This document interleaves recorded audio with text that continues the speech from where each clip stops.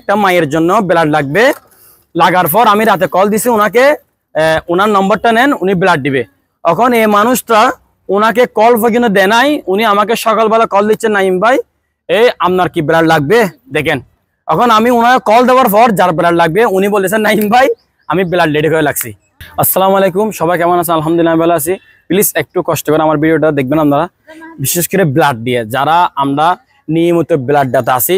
Call দেওয়ার পর আমরা যদি বলি ভাই তুমি কি এ পজিটিভ ও পজিটিভ দিতে পারবেন, সে সঙ্গে সঙ্গে বলে দিতে পারবো।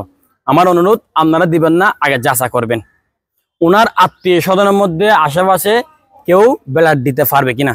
যেহেতু আপনি ব্লাড দিচ্ছেন নিয়মিত, প্রথমে দেন নাই, উৎসাহ দিচ্ছেন, একবার দেওয়ার পর নিয়মিত দিচ্ছেন, ততরূপ ভাবে আপনি এক উৎসাহ করার জন্য আগে বলবেন আপনার আত্মীয় স্বজনের মধ্যে কেউ আছে কিনা তাকে ব্লাড দেওয়ার জন্য।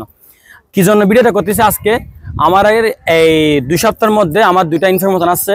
আমি 2জন ভাইকে ব্লাড রেডি করে দিলাম, মানুষে রেডি করে দিলাম, কিন্তু যে যার ব্লাড দরকার সেই তার খোঁজখবর নিচ্ছে না। খোঁজখবর নিচ্ছে কে? আমি নাইম। যখন আমি শুনতেছি একটা সিজার রোগীর ব্লাড লাগবে, এখন আমি তাকে রেডি করিয়েছি, এখন উনার লাগতেছে না ব্লাড, উনার বাচ্চা ডেলিভারি হয়ে গেছে। এখন আর যারকে আমি রেডি করিয়েছি উনি আমাকে কল দিচ্ছে ভাই ব্লাড লাগবে কিনা, উনার খবর নিচ্ছে না, বাচ্চা হয়ে গেছে। এটা একটা মেসেজ। আরেকটা মেসেজ হচ্ছে গতকালকে আমি একজনকে ব্লাড রেডি করিয়েছি, একটা মায়ের জন্য ব্লাড লাগবে। লাগার পর আমি রাতে কল দিছি ওনাকে, ওনার নম্বরটা নেন, উনি ব্লাড দিবে। এখন এই মানুষটা ওনাকে কল পর্যন্ত দেয় নাই, উনি আমাকে সকালবেলা কল দিচ্ছেন নাইম ভাই আপনার কি ব্লাড লাগবে দেখেন।